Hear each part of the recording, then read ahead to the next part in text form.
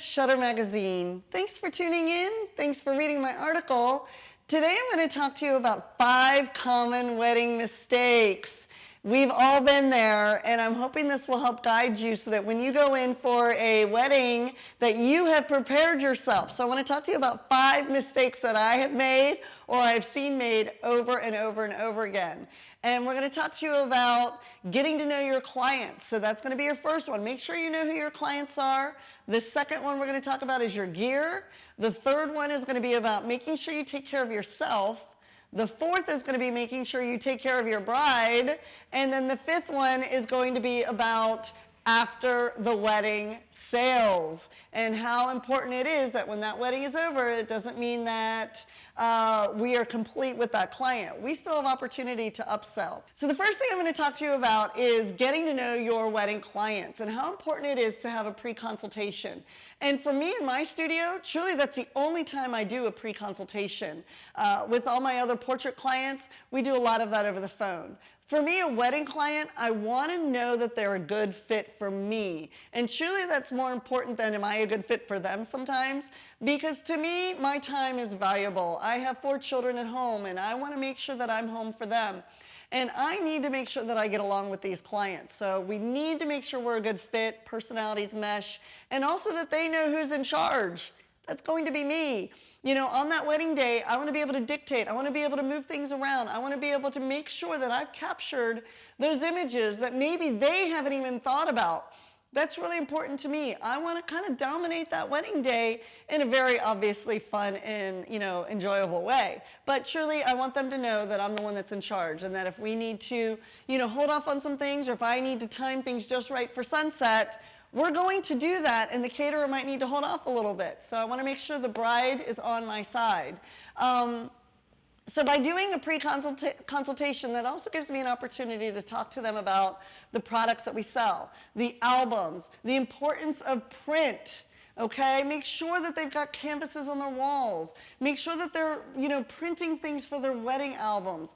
Talk about the heirloom factor. Make sure that you're giving them samples of different options. Make sure they understand the process that when the wedding is over and the honeymoon is done, I want to bring them back to our studio within about 4 weeks. And by then I will have already, processed images, their art prints. I will put together a sample album.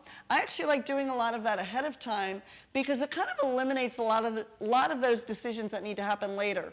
To me, I look at it that I'm the expert. Let me just design it. We're the creative souls here, and let us just do our job. And it really eliminates a lot of back and forth afterward. And so we utilize the Fundy album designers, and that's going to be a great resource for you guys.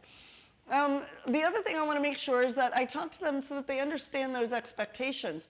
Another tip that you could do is talk to them about maybe they haven't budgeted those after wedding, portraits and albums and things like that. Maybe that's not in their budget yet. Well, we can create a registry so we can talk to them about their family members, their friends, when they go to send out their invitations, or maybe they have a blog site or a website for their wedding, they can mention that they've registered with our studio and purchased gift certificates on their behalf.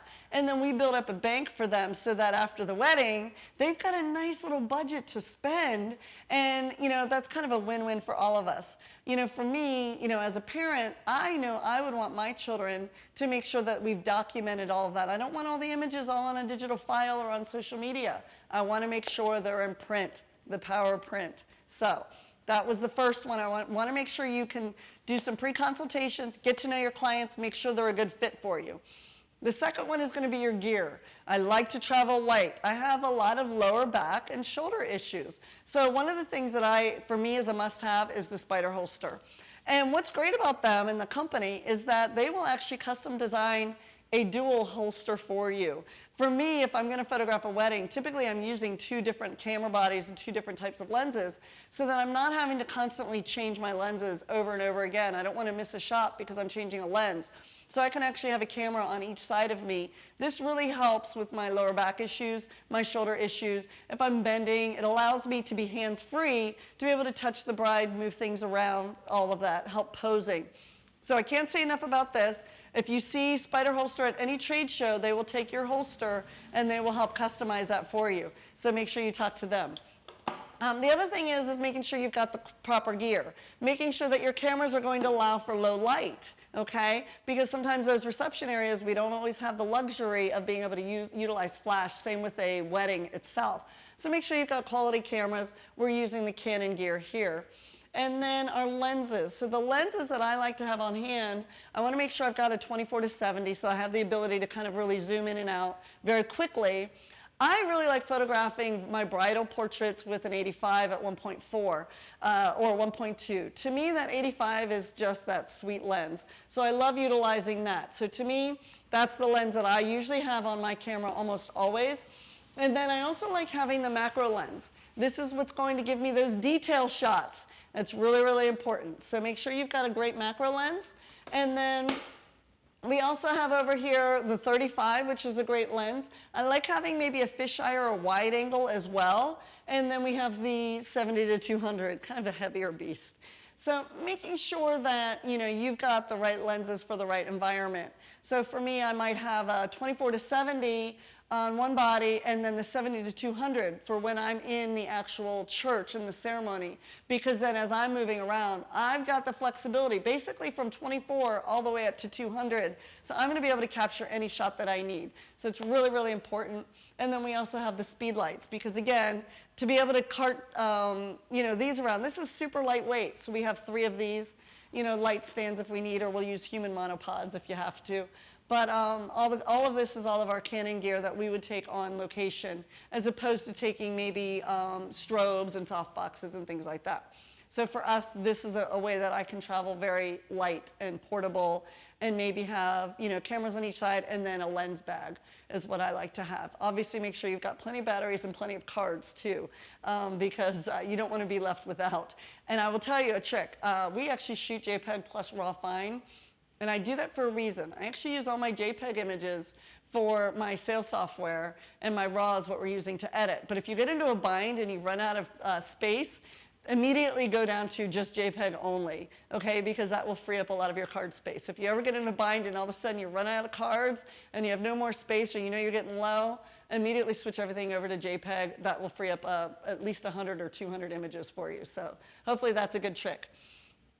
Third tip, or third common mistake, or the third thing I want to talk to you about, make sure you take care of yourself. For me, I tend to get maybe overheated, or sometimes a little bit of anxiety going on if there's a lot of movement, a lot of things happening. It's a lot of stress, it's a lot of pressure. This is a once-in-a-lifetime, hopefully, environment. We want to make sure that we are taking care of ourselves. That means staying hydrated, making sure that we've got snacks. Not always are we guaranteed a meal, and nor is it going to be at the time that maybe you need it the most. I've actually been in situations where I've gotten faint when I've done outdoor weddings. And so we've got to make sure that we take care of ourselves, stay hydrated. I always have crackers and like fruit snacks, because sometimes I need something a little bit sweet. And I usually also have a soda, maybe a Sprite or a ginger ale, because sometimes I need that carbonation as well to just kind of get my, my blood sugar going a little bit. So that's really helpful to me. I also usually hang on to Pepto and Advil. So those are usually in my little kit of things to make sure I take care of myself. Taking care of your bride. So the fourth thing that you want to make sure that you have would be make sure you've got things like hairpins and hairspray and maybe some nail polish, clear nail polish, in case they're wearing pantyhose and it starts ripping. You can use the nail polish to kind of alleviate a further tear. Anything that you can do to help, bobby pin or safety pins would be another one. And then also, obviously, the water, the snacks, the Pepto, the Advil, all of those things for them, too. I think it's really important that we make sure we've got a little kit. And sometimes I have that on a little backpack so that I can have that on my back and I can just pull things out as I need them. So that'll take care of me and my bride as needed. Sometimes even the bridesmaids and the mother of the bride. So make sure you've got a little arsenal of things that you need. Many times I'll even take a pen and a notepad, because if they start talking to you and the bride's mom or the groom's mom all of a sudden, or Aunt Betty or whomever, oh, can we make sure we get these photos? Can we get these photos? And we have these family members. Maybe that wasn't on the original plan. I might not remember that by the time the reception is over, and maybe we're doing some other family portraits at that time. So I want to make sure I take a little note and make sure I take care of them. And then that last one, the common mistake. So many of you are just selling digital files, just selling a wedding collection that is day of coverage, and then they get a CD or images on a flash drive. Stop doing that. You are throwing money out, I'm telling you. And it's our responsibility as experts to make sure that we provide a true service and a full service. Make sure that you're completing the process from beginning to end. And we start at the beginning in that pre-consult, talking to them about the importance of print, wall portraits, and albums. And so we want to remind them that they come back. We already pre-schedule that, typically about 4 weeks out. And let's try and have our wedding completed and done, and images to them, wall portraits, canvases, framed prints, albums within like 6 to 8 weeks. You know, when I hear horror stories of, 1 year, 2 year, and clients still haven't gotten their wedding images, oh my gosh, it just breaks my heart. So, as a photographer, as a professional photographer, make sure we're acting professionally, that we've gone over the expectations with our clients and how we're going to run our business and the process and the steps we're going to take. And that includes coming back for and after the wedding session to go over the images and to talk to them about the albums and the wall portraits. So I hope this has been helpful. Thank you guys for tuning in. Thanks for reading my article. I'll see you next time. Bye.